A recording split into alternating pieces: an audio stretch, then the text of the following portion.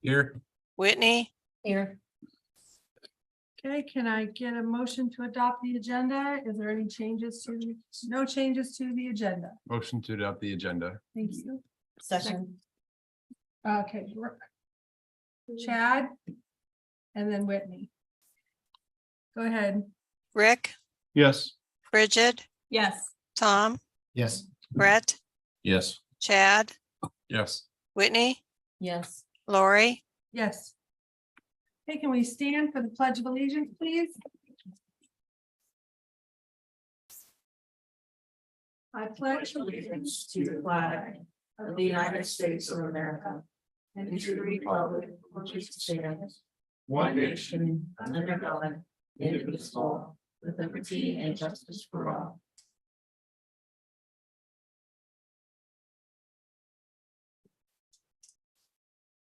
Okay,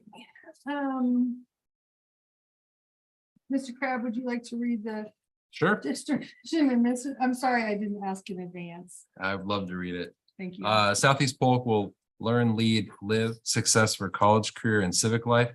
Engage all students in learning a challenging curriculum delivered through quality instruction. Very good. Okay, at this time, do we have anyone that would like to come forward and make public comments? Very good. Seeing none, we'll move on to the consent agenda. Can I get a motion, please? I'll move that we approve the consent agenda. Thank you, Bridget. Do you have a second? Second. Any discussion or comments or questions? All right, Karen? Bridget, Yes. Tom, Yes. Brett, Whatever you want to call me. sorry, Yeah. Chad, Yes. Ruth. Whitney, Yes. Lori, Yes. Rick, Yes. All right, moving on to section 2, the new and old business. Item A, we need to set the public hearing for the Mid-American Energy easement for Mitchellville Elementary School. Can I get a motion, please? Motion to set the public hearing for Mid-American Energy easement at Mitchellville Elementary School. Okay, can I get a second? Second. Thank you, Tom. Any questions, discussion? Yeah, thank you. On there, it said the alley. That's what was throwing me off when I talked about ease. Obviously, there used to be an alley through there probably when, before the addition was put on, I'm guessing. I don't recall. I'm sorry, I don't recall the alley at Mitchellville before the addition. I'm trying to remember. I thought the alleys ran east and west. But I can't remember. So when it refers to the 5 feet alley, what? Is it just the power lines? I believe they're talking about power lines, correct? The Okay. easements on that south side of the building that would face the door area that would face to 3rd Street in Mitchellville. So it goes, well, The power lines run, gosh, east-west along. down the street. Okay. So it really doesn't affect. No, it's just on our property. Okay, and that's why I asked, kind of asked for the picture. Sorry, it was so late. I didn't catch that at first when it said alley, and then I got thinking about it, like, it doesn't even make sense because there is no alley there. So do you know why they have alley in them? I don't. I think Do we need to change that? I think it's just the term they use for the area in which to be light pole. I can certainly ask that. Yeah, because when I read alley, obviously between 2 parcels of property, but Yeah. so maybe ask them about it. Okay. I don't think that's gonna change my vote. I'm just, Okay. And let's come back next meeting for the public hearing and the approval of the easement as well. Very good. thanks. Are we ready to set the date for October 19th then? Yep. Any other Let's do questions? it. Hey, living on the wild side. On the wild side.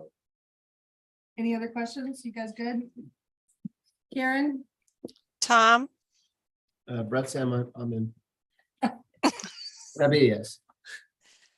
Brett, Yeah. Chad, Yes. Whitney, Yes. Lori, Yes. Rick, Yes. Bridget, Yes. All right, moving on to item B, the construction change order for the multi-purpose stadium project. Can I get a motion, please? Motion to approve. Second. Thank you, Brett, Rick. Any questions, comments, discussion? Thanks for the explanation on all those. I mean, that helped out a lot. Mhm. So I think it's nice. I mean, it's nice because when I saw like fall protection devices, I was like, oh, 14,000. And then what did it say, a north entry bench? Well, it wasn't just a bench. It's, yeah, exactly. So then it made a little bit more sense as far as the costs and stuff like that. It's still a ton. And then one that drives me the craziest was the elevator doors for 30,000. I'm like, are these gold doors? But no, but yeah, I realize we have to have them. So with this list, can we go to any vendor that we want for this since? Or do we have to go through the general contractor? Because my concern on getting these done now in a timely manner is we still have a list full of stuff that's not done. So how, Yeah, the change orders at this point in time will go through the general contractor to find their contractors to do the work. do we have a timeline on these two? Um, I know the September 30th date has passed for the list. So how do we expect these to be done in a timely manner? Some of these items, so this is a large change order because we've incorporated a number of different field level change orders into this change order. Sure, many of these things have been done already. So this is just formal approval for the board to do so that we continue on with the projects. There are some things that haven't been done yet, as I think Mr. Nave talked about the fall protection device on the top of the press box. That hasn't been done yet. That will need to be done. Again, that's not an occupancy type issue. So we have temporary occupancy right now. One of the major things that's not on this list that still gives, we still need to do full occupancy is a DAS or DAS system. And that's radio signaling throughout the north building that needs to happen from a compliance issue. But we've been given temporary occupancy during that time. So to answer your question, yes, the general contractor goes to get the subs. What kind of timing do we have to get this done? As soon as these things get let out, we get pricing, and then we get those things finished. Again, I would say that most all of these items are done or in the process of being done. I think Mr. Nave also talked about the bollards on the north side of the tunnel. Those have been delivered via Spain, actually, I guess, is where those came from, and those will be placed here pretty soon. Yeah, because I guess, I mean, I've already alluded to that September 30th. So if some of these are done, which I guess I get that we had to get some of them rolling for occupancy, full occupancy. So like, are we gonna, what is gonna be priority? Because are we gonna finish all this list? So waiting on the previous list? Yeah, so these are separate from I think you're referring to the punch list items that were supposed to be done September 30th. Yeah. We met yesterday. The punch list items are not done yet. We have a target date before the next board meeting for them to have those things done. If not, then there may be additional people with me at the board meeting to kind of explain why those things aren't complete yet. But that is our target date prior to that.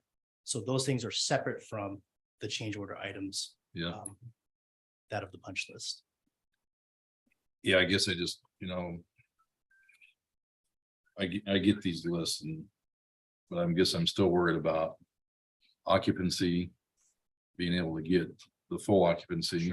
When is there a deadline on that temporary? As I understand occupancy, since the city of Pleasant Hill gave us temporary occupancy, the only three remaining items left on full occupancy, as I understand it again, is the DAS system.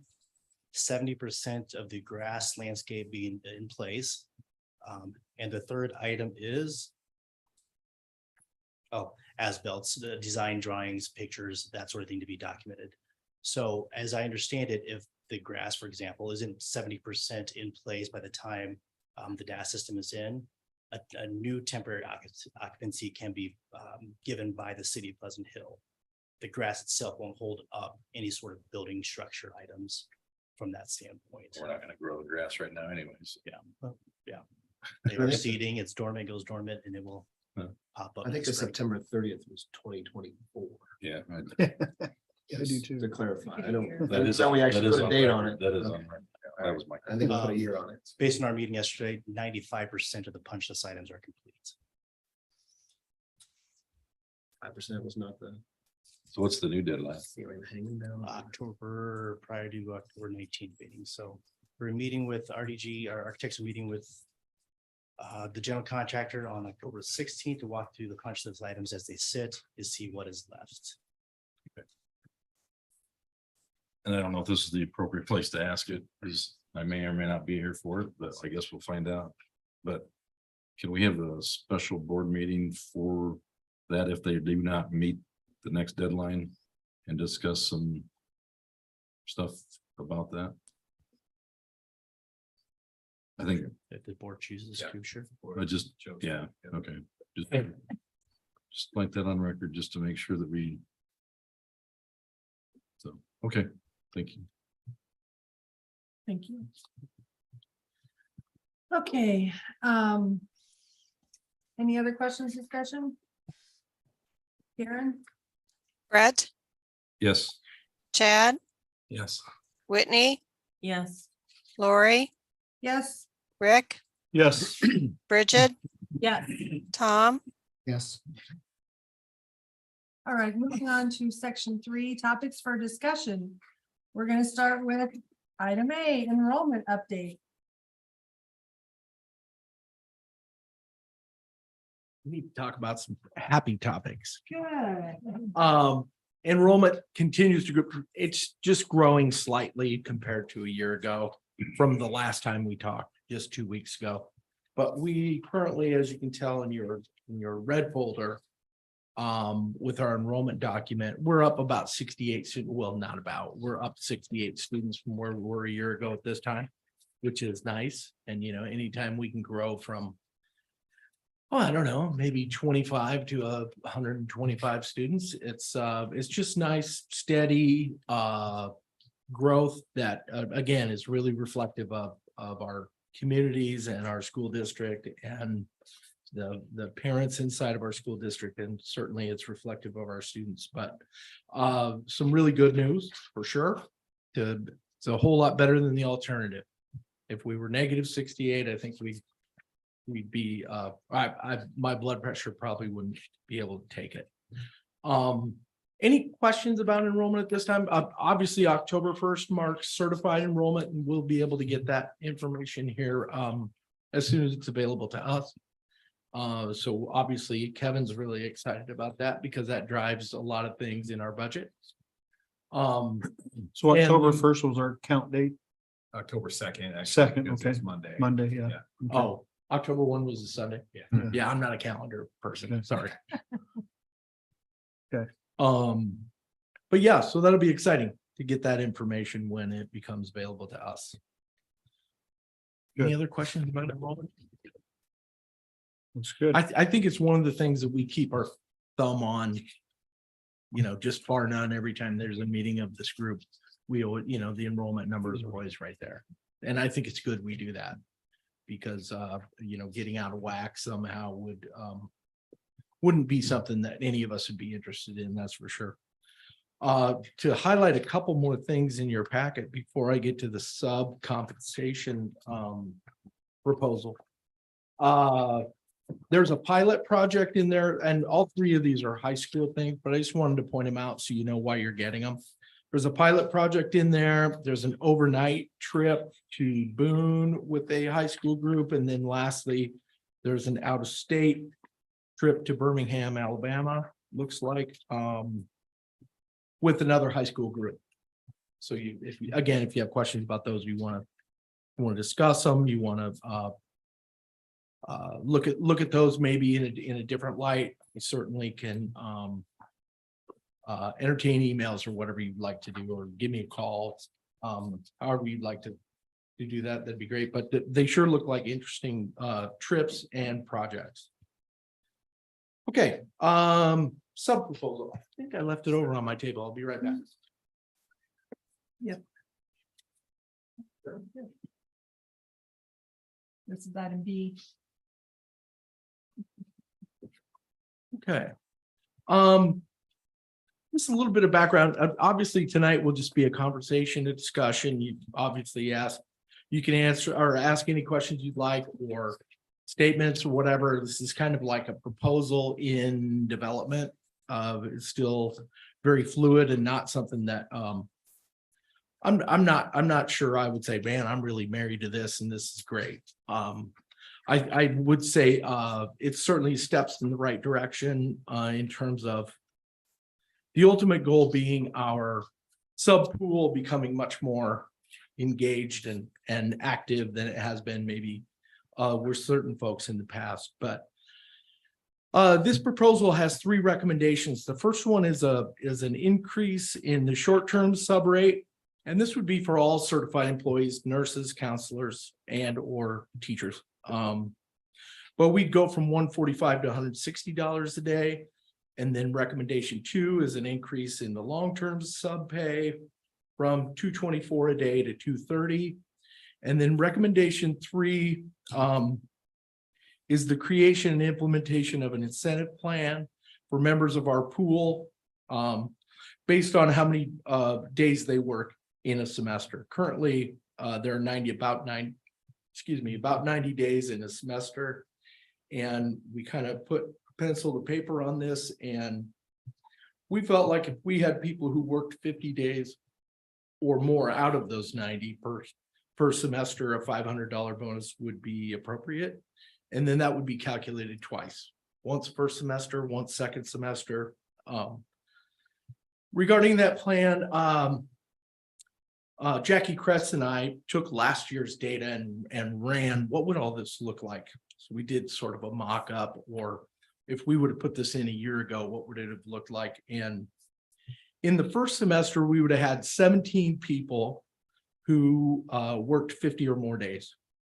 And then in the second semester, we had 25. The increase really comes from the 11 people we hired in the building all day, every day in the second semester. And that was a total of 11. So it takes you back down, just doing the math, takes you right back down around 14. Yeah, 15 to 17 people total per semester. And then, of course, I ran it by Kevin and said, hey, would this break the bank? And he said, no, I really don't think it would have a huge impact where we would have to, do without something else, at least at this point.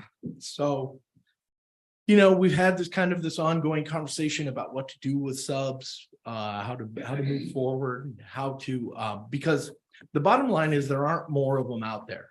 I mean, if we raise our pay, it's not going to magic. People aren't going to flock here and they're just going to show up because they really don't exist. But our role, at least the way we see it, is looking at our current pool and then saying, how do we get all these people to say yes when the phone rings? And how do we engage those people a little more deeply? And we felt like, some good raises in pay followed with an incentive. It certainly couldn't hurt to try. And that's kind of where we being Jackie and myself in talking about this, where we probably felt the most comfortable. We looked at actually 11. No, wait. We looked at 9 other school districts and asked them to complete a survey for us so that we could look at maybe the bigger central Iowa picture of substitute teachers and substitute guidance counselors and nurses and so on and so forth. So we sent it out to these school districts. We sent it out to Urbandale, Bondurant, Waukee, Johnston, Norwalk, West Des Moines, Ankeny, and Des Moines Public Schools. And everybody came back to us, with the exception Des Moines Public Schools did not respond to our survey. So because we wanted to look at, I'm sorry, I left off Carlisle too. But we wanted to look at how things compared, because in particular, those school districts that are not only contiguous with one another, but that are kind of the same. Some of these people or some of these school districts are really very similar to us.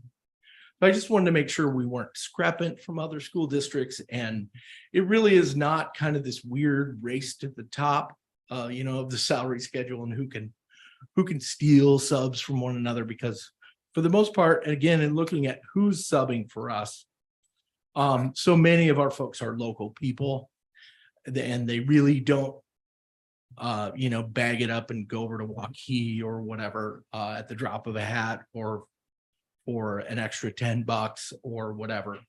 So what it kind of led us back to, how do we mobilize our current group of people and compensate them in a way that not only maybe certainly increases their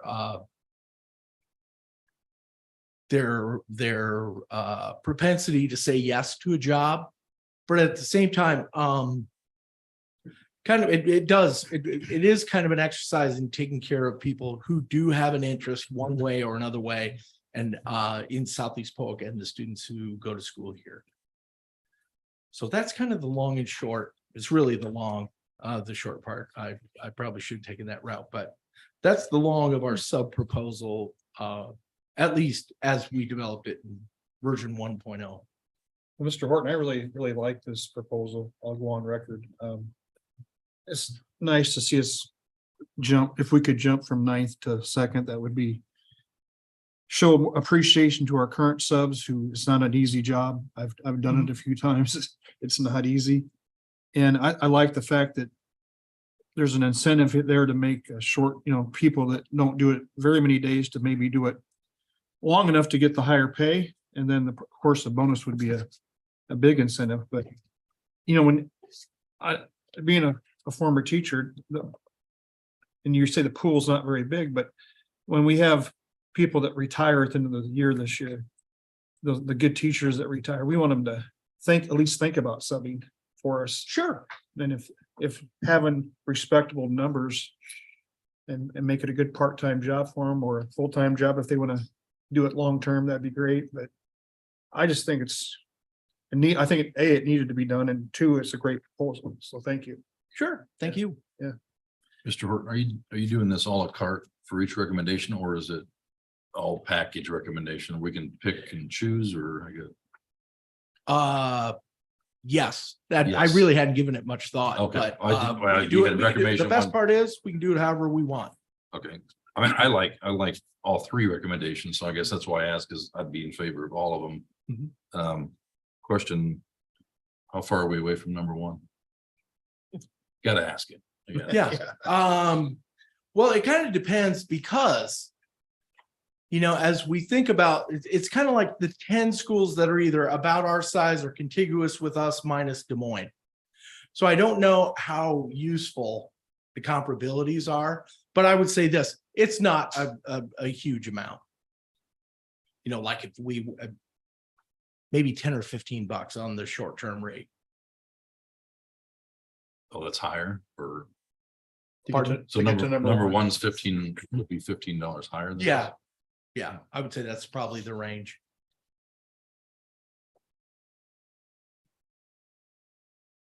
Mr. Horton, can you tell me, have the other school districts already raised their substitute pay? Is what they reported? No idea. I really didn't ask him in the So we survey could because End up being. I'm at not 9. sure how crazy I would be about somebody sending me a survey to tell me about my school, so that then I can turn around and jump them. Well, I'm companies, not sure how crazy I'd be about that, but yeah, companies do that all the time. But I'm just wondering if after we make this increase, if we'll still be number 9 because they're doing an increase. say that again, I'm please. wondering if after we make our increase, Mhm. will we still be number 9 because they're also making an increase? That could happen. It could have. Even as recently as a couple of years ago, we were hovering around number 3. Mhm. But the numbers are tight Right. in the middle, in particular, where we can raise it $15 and go from number 9 to number 2. You can tell there's a grouping of school districts, all fundamentally about the same.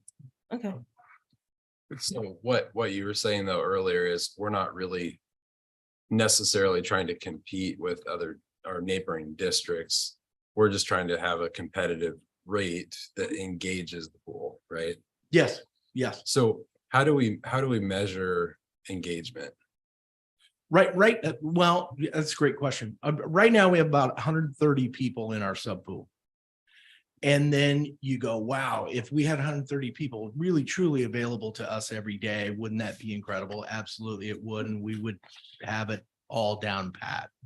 But unfortunately, it doesn't really necessarily work out that way. No. Sometimes people are subbing, when they want to, or when they can, or when it's convenient, and it's not a second job and it's not a whatever. It's really more of a way to stay in contact with a career that, for 35 years gave them everything, and they gave everything to it. So, everybody has their own sort of motivation, sort of the way they want to do, or the way they want to approach being a substitute teacher or a substitute nurse or a substitute counselor. But if we can provide incentives that might make them rethink how they want to do that, that would be great. Joe, What's oh, sorry, you have a follow-up. I was just gonna, follow up. So in terms of measuring that though, other than maybe building principals not being as stressed out because they have coverage where they need it, do we keep a number on that? Do we know of our total pool size, like what percentage? Like the fill rate? Yeah. Yes. Yeah, and they're not the only ones that have hair falling out in their hands and blood pressure out of control over substitute teachers. I guarantee you that. I think we all do. I see how it affects teachers and when they're cover for each other and so on and so forth. I see how it affects our principals and assistant principals. And I also see truly how it affects the people right here in this building. So the goal of recommendation number 3 would be to increase that number that are doing 50+ days, right? Ideally, yeah.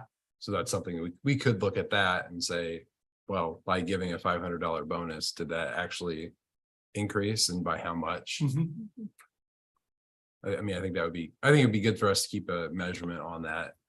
Maybe you're already planning on doing that, assuming we approve this, just so we know like how well does that lever work in keeping them engaged? Because I think we're a lot better off having more substitute teachers that sub for more days, because they get to know the buildings and the kids, and I think there's definitely a benefit to the district and our students to extend that. So sure, I really like that recommendation. And the good part for them is there's now a built-in benefit for the sub himself or herself. So it's really kind of an everybody wins proposition if this goes as we would like it to go. Yeah. I mean, I think we should package them all together. That's my opinion. Yeah, on that recommendation 3, is I asked this question a while back because it was like the benefit of long-term, because to meet the requirements of long-term sub, you have to be how many days in a row? 5 days in a row. 5 in a row. So there would be people that would be working one day here, maybe miss a day, or work 4 days. Just the way the schedule was, wouldn't meet that criteria of a long-term sub, but we're always here. Seemed like every time I'd walk into school, it'd be like, oh, you full-time now? Nope, I'm just here every day. Right. I mean, but they could never meet the criteria of a full-time because they'd be and it has to be in the same classroom, right? Yeah, same assignment. Yeah. So they would go from classroom to classroom to classroom, but and maybe be there that bonus. 180 days, but never meet that. So I like that incentive just because it. Joe, how many teachers do we have, or subs do we have working under 50 days or over 50 days, or what's the average, that number of days the sub? You know what? I don't know. I didn't look at the data that closely. I just kind of focused on how many, if we were to have a repeat of last year, how many people would we be paying $500 to? All right. But I could look those up for Right. sure. I can get you those. We would, that's what we would need to be able to measure the metrics that Chad was suggesting as well, so. I just wondered if you knew that off the top of your No, head, but no, I that'd don't. be great. Thank Yeah. I'm gonna say it's gonna be high. you. I'm just, You-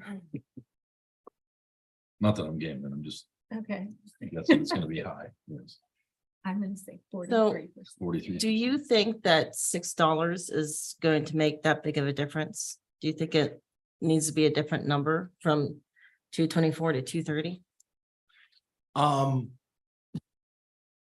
That, we kind of went with that number only really just to only stay within the comparabilities. I'm not sure there's a huge maybe need for more on the long-term setup. Mostly because I'm guessing that this is just a guess, but we've done it 3 years, or maybe it was 2 or 3 years in a row, where we have brought in during the second semester long-term sub for each building. So we bring in 11 of those people. So right away, you start doing the math on it and going, we're gonna have more in the second semester who are in that role quite possibly anyway. Mhm. So I'm just, rather than bumping the 224 to 230 or something higher, it'll end up being 224 to 230 plus $500 at the end of 50 days. So you either raise it one way or you raise it the other. No matter how you really slice it, those folks will be likely making more money than ever. Probably won't have anybody working 49 days for you. No, in fact, Jackie and I talked about that, we should get really proactive. Yeah. Once we have people starting to get close, reaching out to them, send them a quick email and say, hey, you don't want to be on 49 on the last day of the semester. I'd be keeping track. Any other questions? No, I think it's a good recommendation. Okay. I guess I'd recommend bringing it back as a whole package. Okay, Maybe. Yeah. Looks good. okay, sure can. Thank you. Thank you. Thank you. Mr. Beckham, certified annual report.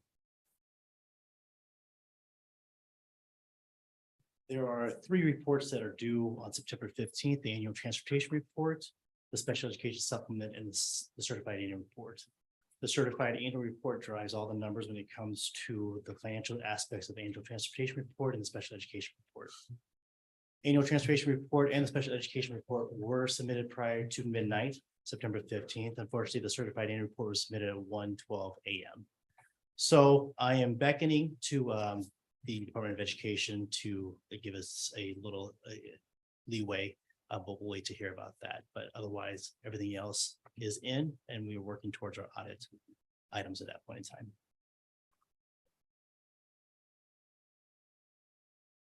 Are you working on it at 1? Were you working on it at 1 o'clock in the morning? 1:12 a.m. we push the button. Procrastinator. Okay.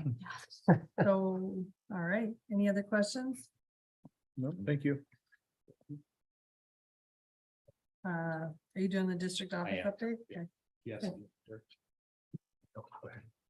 Just quickly, back in May, we had the RDG architect team here showing what the schematics of the district office would look like as we revamp Spring Creek. As we've kind of put this off, because obviously the remodeling wouldn't start until after the school year, we've kind of used up our buffer time now to get things started. RDG has presented with us to us an agreement when it comes to their services, additional services for the actual architecture and construction documents management of the program. So I will ask you at the next board meeting to approve that agreement. Right now, that agreement is in conjunction with Modus, who is the mechanical and plumbing group. That's all encompassing. That agreement right now is anywhere from $850,000 to $950,000. What will really drive that cost is whether or not we choose to do what's called a construction manager at risk model. We do projects either in 1 or 2 different ways. We go out and do bids, and we have a general contractor that contracts all their sub work, or we go out and get a construction manager that pieces all these little pieces together that oversees all those elements of the project. We've seen the good and bad and the ugly for both items. I would suggest and recommend that we do the construction manager at risk for this project. If you recall, the hard costs related to the project costs related to the The revamp of Spring Creek was in the tune of about $11 million. I think spending an amount to a construction manager, I think would be in our best interest to keep things lined up in place as we move on. Until we get that building done, revamped, and us moved out of this building, we continue to pay rent in this facility. And it certainly does not meet our needs today, and certainly won't if we don't get Spring Creek done in time. Do we get to select we don't get to select our manager, we put it out for bid, right? Nope, we can, this is a Oh. professional service, so we can make our selection on our own. Okay, I will say that we have had nothing but success with one company as our manager. And I don't disagree. duly noted, okay, Yes, all right. Through all the projects, through all the years. yes. So, but when. So obviously we've hired a person to oversee our projects currently.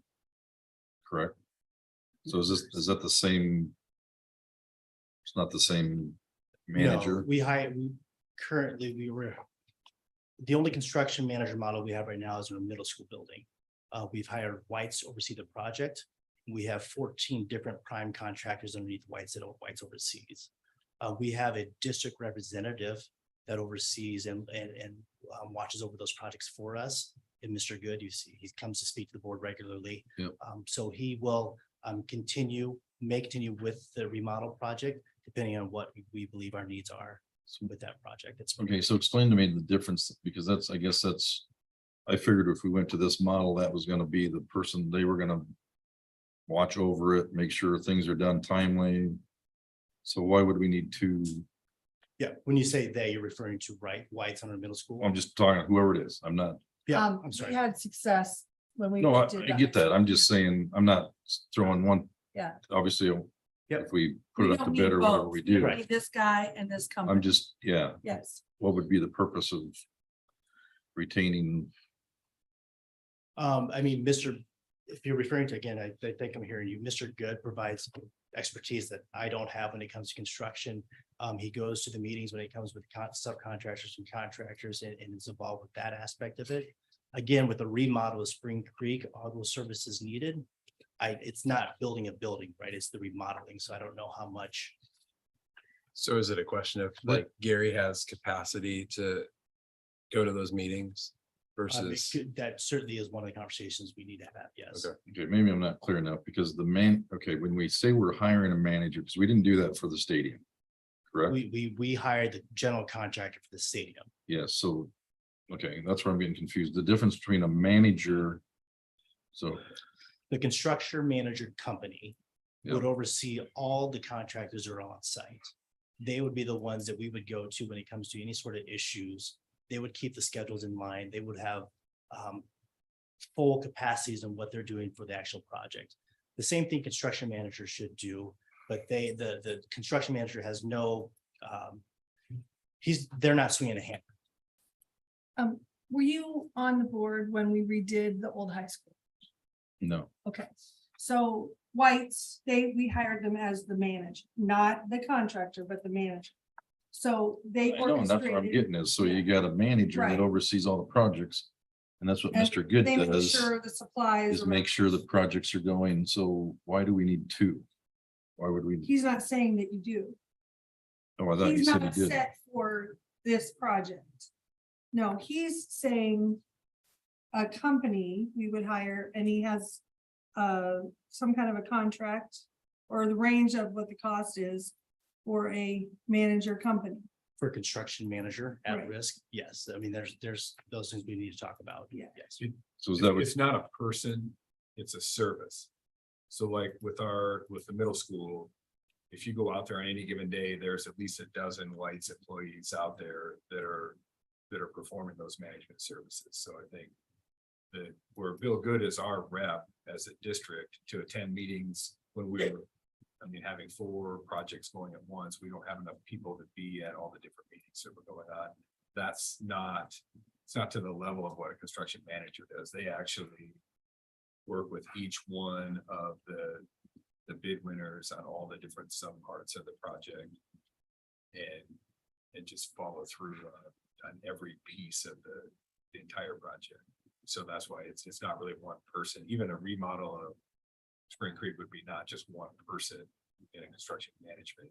Yeah, and I get that, and I guess maybe I'm naive to the fact to think that if we hire a company that has multiple people to oversee things, that if they're working for us, they should build a good project, which I get, I admit, I mean, I agree, White's is doing a fantastic job and has. I guess I'm just trying to figure out why we would need that group that oversees everything and still have a person that we're still paying.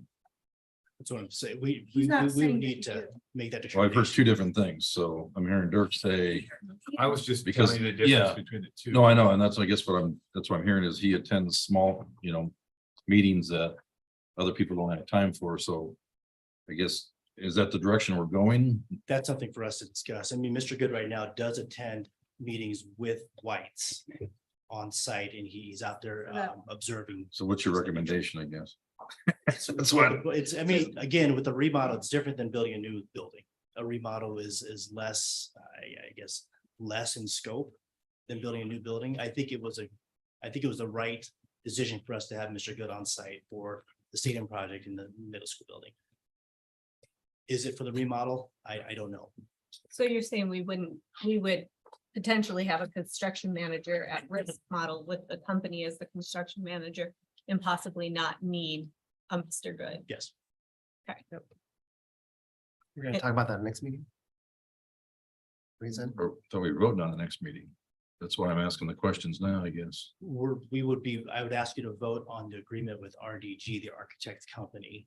Once we determine, it sounds like we determined already that we want to do the construction manager at risk model. I'd have to find out those costs related to that construction manager at risk to provide those items to you at one time. So that goes to bid then. Professional No, services, we just construction pick- manager, it would just be somebody we pick, just like we picked our DGs for an architect on our other projects and whoever. The actual work of it, the capital improvement itself, that has to go to bid. Those items have to go to bid. That was my first question. I was like, oh, do we get to pick it or do we have? to pick Well, it? I know, and Yeah, I'm not trying to take up time purposely, Yes, because you I are. get the concepts of it. I'm just, in my mind, I mean, I'm trying to figure out. so the question, yeah, so Yeah. construction manager at risk, so we put it out to bid. Whoever wins the bid, and we're confident, what? No, not the construction manager, I'm talking about the project. So we're hiring Yes. Yeah, we put the RDF. project out to bid, whatever, whoever wins it, if we're worried about that, whoever wins the bid, then can we go hire that construction manager to So, oversee? so just like the middle school building, the project is broken down in several different parts. Mhm. Framing, electrical work, Mhm. plumbing, all those pieces, all those became prime contracts. All those are 14 contracts in which you agreed to and approved prime contracts on. Mhm. So the construction manager at risk would run and manage those prime contracts, oversee those prime contractors, and would be our direct lines of communication to those prime contractors. They oversee the schedule, oversee all the construction activities, both technical and also the document aspect of it. so, But that's handled by your general otherwise, right? no, No, it'd be handled by me otherwise, or the general contractor on a general contractor type service, correct? so just to use an example on the one we redid the high school, the old high school that is now the junior high. So as White's as the manager, not as the construction person, when they had a contractor getting behind and not able to meet the dates, because they make sure everything stays on schedule. They confronted that person didn't handle what they were supposed to do. They would bring in another contractor to get it done on time. We didn't mess around with delays. And that's what they do, is they manage the project all the way through. And they come about once a month with contingency items and whatever. They come to the meetings and they tell you, this is what happened, this is why.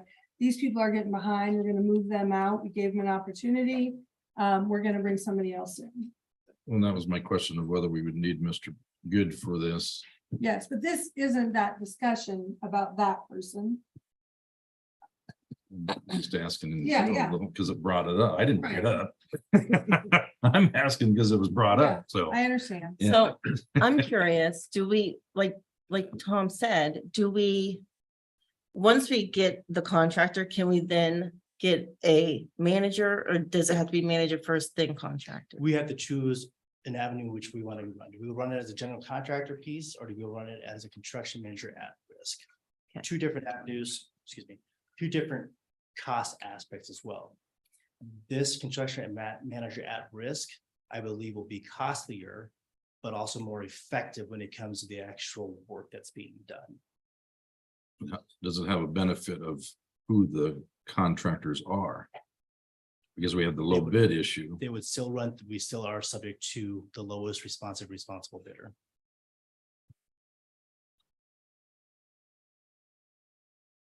Again, with the remodel, just like the middle school, it'll be broken up in different segments, so you don't have pardon the risk of having one company do all those segments. Because you kind of would if they would bid on everything, but certain groups have certain specialties as well. So if we have all those different prime contracts, like with the middle school building, can they replace, if one contractor is not fulfilling, can they replace them with a different one? Since we have individual contracts? Yeah, I mean, it'd be up to the construction manager, yes, to make that evaluation analysis on, in addition to our discussions to whether or not we would terminate that agreement with that prime contractor. And who fits the bill on that too? Like when they had to bring in the other contractor? The legalities around that is something that if whatever needs to be done gets taken from that contract, from that contract amount. And anything above and beyond that is something that is discussed from a legal aspect of it.